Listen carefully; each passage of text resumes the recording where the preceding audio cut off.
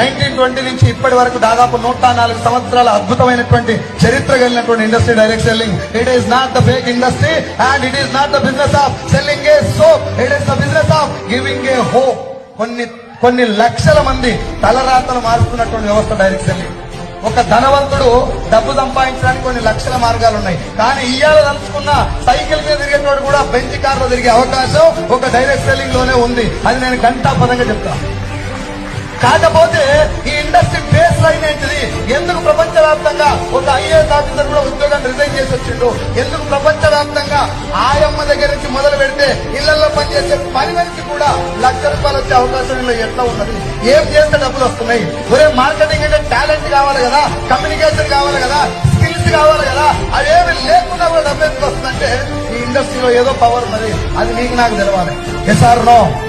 so direct selling అంటే ఏంటి అని చెప్పే ముందు